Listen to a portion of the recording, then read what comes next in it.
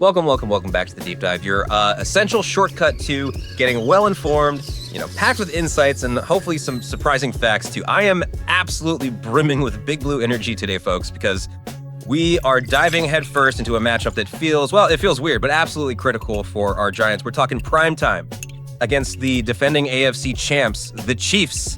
And get this, both teams, us and them, are sitting at 0-2 to start the 2025 season. It's kind of unbelievable, right?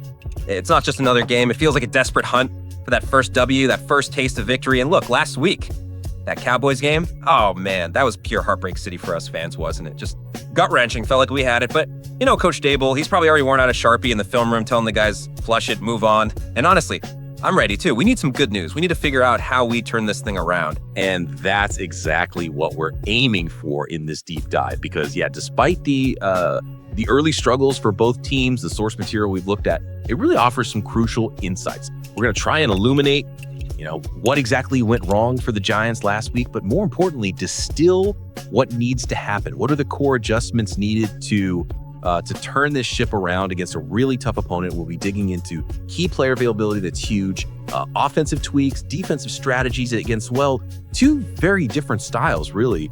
And there's even some fascinating history to this matchup that might surprise you. So after all that heartbreak last week, what glimmers of hope, what parts of that game are you clinging onto as we look ahead to the Chiefs? I'm clinging to that offense like a life raft after that Cowboys game, seriously.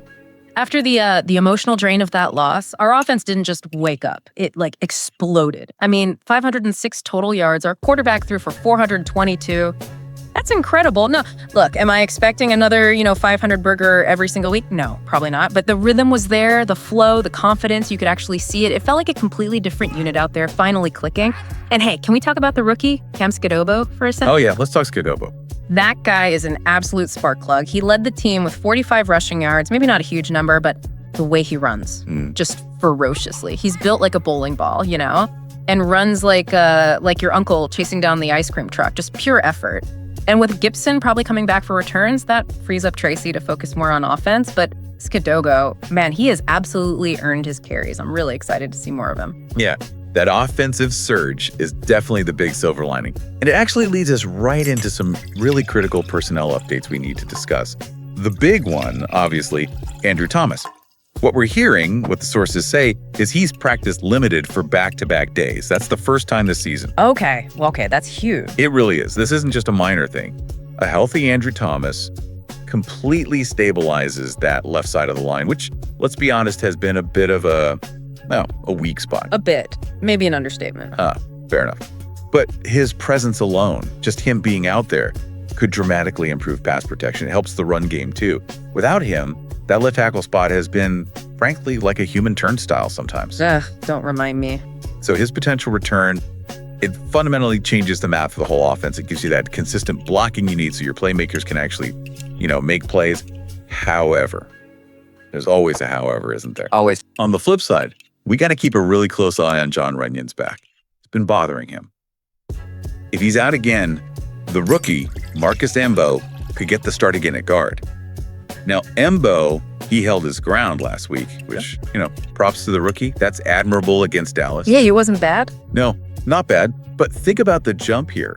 Going from the Dallas front to lining up across from Chris Jones. Oh, boy. That is a massive leap. It's like sending your promising little cousin to guard LeBron down at Rucker Park. Just a whole different level. Yeah, okay, good analogy. So the question isn't just if Embo can hold his ground one-on-one. Yeah. It's bigger. How does the coaching staff scheme around Jones? How do they help him out, especially if the interior line is less experienced? It's about the whole unit working together. That cohesion, that's definitely what worries me, especially against him. But okay, let's try and keep that positive offensive vibe going for just a sec longer. I feel good about what our guys showed. Now let's talk Chiefs offense, because honestly, their struggles are just kind of baffling to me. Right, with that quarterback. Exactly. Patrick Mahomes is an absolute magician, an escape artist, we all know that. But here's the wild stat, the really surprising fact from the data we looked at. He's currently the NFL's leading rushing quarterback. Isn't that something? The man's out here scrambling like eggs on a Sunday brunch. It's crazy to see him leading the league like that. It tells you a lot about what's happening around him, doesn't it? It absolutely does. And it really points to a deeper struggle within their whole system. Even with Mahomes' insane talent, if you look at the overall picture, the Chiefs' offensive line, they've been underperforming pretty significantly, actually. Really? You're seeing that too? Oh, yeah. Struggling to create running lanes consistently. And frankly, they look vulnerable in pass pros sometimes. That leaky protection, it's directly hitting the running backs. Pacheco, Hunt, they just can't get anything going. Yeah, you don't see their names popping much. Nope. They're meeting guys in the backfield, getting stuffed at the line. So what this tells us is Mahomes scrambling. It's not always by design. A lot of times, it's just pure necessity. Pockets collapsing, nobody open downfield. He has to run.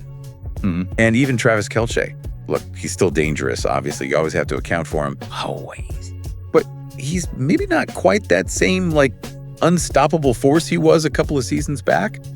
Father Time might be knocking on that door, like the landlord collecting rent. Yeah, maybe a little bit. Still scary, though. Oh, for sure. He can still make those huge plays. But the consistency, the sheer volume, maybe dips slightly. The key takeaway here is that the Chiefs' offense, despite all that star power, is kind of operating with one hand tied behind its back right now because of these fundamental line issues. So it makes you wonder, right? How do they come into MetLife? Do they try to mask it with even more Mahomes magic? Or do they try to simplify things, try to get some structure back against our D? It'll be fascinating to see their game plan. That is the question. How will they adjust? Okay, let's pivot though. Defensive challenges. First, for our Giants defense, we absolutely, positively need discipline against Mahomes.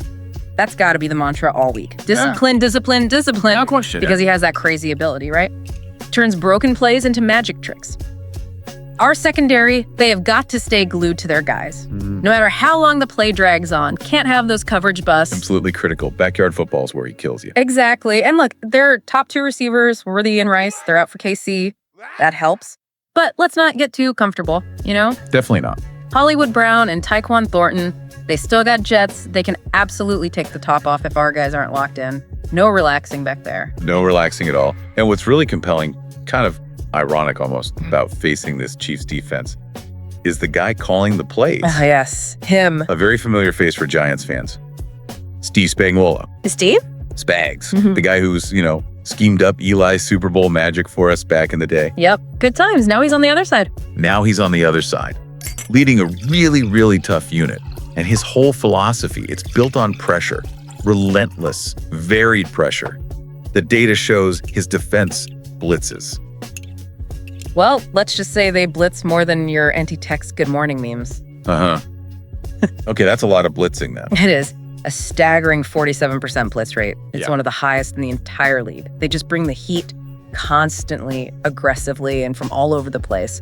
And they've got the guys to do it too. Chris Jones is still the centerpiece, obviously. A total game record demands double teams. Gotta double him. Then you got George Karlaftis bringing heat off the edge. And watch out for Jamari Connor. He's basically a safety playing linebacker, flying around, rushing the passer, dropping into coverage. He does it all. Sounds like fun for our O-line. Oh yeah, a real picnic. Their defense, they'll throw everything at you. Cover 3, cover 0, cover 2, cover 4. Heck, they might throw cover Beyonce if they think it'll work. Wouldn't put it past Bags. Seriously. So the critical challenge for our offense, it's not just seeing the blitz coming. It's figuring out the coverage behind the blitz. That's the hard part. Which really begs the question, how is our offensive line, especially with those injury question marks we talked about, going to handle that kind of varied, aggressive attack all game long? Yeah. It's going to be a chess match, a really high-level chess match. That really is the million-dollar question for me, because it feels like that's the core of it, right? What this whole game means for our Giants. The entire offensive plan, especially against that blitz-happy scheme, it feels like it all comes down to John Michael Schmitz, our center. He's got a huge job. Huge. He's got to be out there calling protections like a maestro, conducting a damn orchestra. It's not just his block. It's getting everyone on the same page instantly against all that chaos Spags throws at you. He basically needs a perfect game mentally. Yeah, you're spot on. I mean, we can fully expect double teams on Chris Jones, right? That's almost table stakes. You have to do that. But the bigger understanding, the thing everyone has to know, is that blitzes will come from everywhere else too. It won't just be simple edge pressure. Spags loves bringing linebackers, safeties, exotic looks, which suggests maybe a crucial role, maybe an unexpected one for Skattebo. Not just running the ball.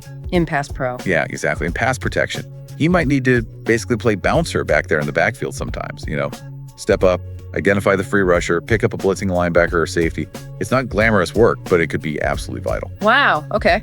Didn't think about that angle. Because really, if we connect this to the bigger picture, our offensive success this week, it hinges almost entirely on that O-line communication. Yeah. It's that silent language, right? The pointing, the calls, passing off stunts and blitzers. If they communicate well, if they see it coming, if they work as one unit, okay, we've got a shot. We can move the ball. We can protect our quarterback. Please let that happen. But if that communication breaks down, if guys get confused, oof, our quarterback better bring his track spikes because he'll be running for his life back there, and that's just not sustainable. No kidding. So the big unknown, the real question mark, is can this O-line, potentially with rookies or backups plug in, can they rise to this massive challenge? Under the primetime lights, their performance feels like it could define the game. Okay. But here's where it gets really interesting. Beyond just the X's and O's, beyond the matchups. You ready for this? Lay it on me. Did you know the New York Football Giants are historically 7-0 at home against the Kansas City Chiefs? Get out, 7-0. 7-0. History, my friend, is absolutely unequivocally on our side in this specific situation. At home, against them, we don't lose. Wow, that's actually pretty wild. I didn't know that exact stat. Right. So, maybe there's some good juju there, but yeah, it's a big but. Always a but. History won't block Chris Jones, right? History won't pick up a safety blitz.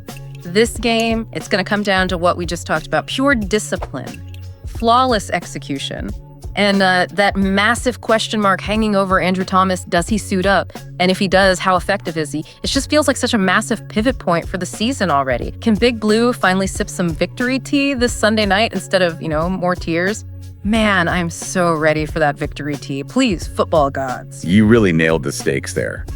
Because this game, it really isn't just about avoiding that 0-3 hole, which, yeah, nobody wants to be in for the first time since 2021. It feels like a true litmus test, For the team's mental toughness, their resilience. Can they overcome this adversity against a team that, is struggling, but is still a powerhouse? Exactly, a measuring stick. It really is. It's about shaping the narrative for the whole rest of the season, showing the league, showing the fans, but maybe most importantly, showing themselves what kind of team they actually are. So the final thought, the question maybe for you, the listener, to ponder this week is this.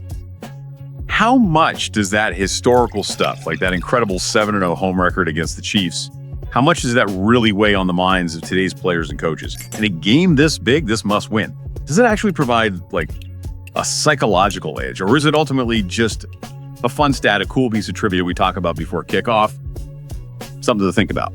Just wanted to say a massive thank you for tuning in to Big Blue Tea. Absolutely. And, a huge shout out always to BLKFREEZYTV. Oh, For definitely. the fantastic programming, the production, everything that makes this possible. Yep. Their work behind the scenes is just really appreciated. It really is. This has been Big Blue Tea.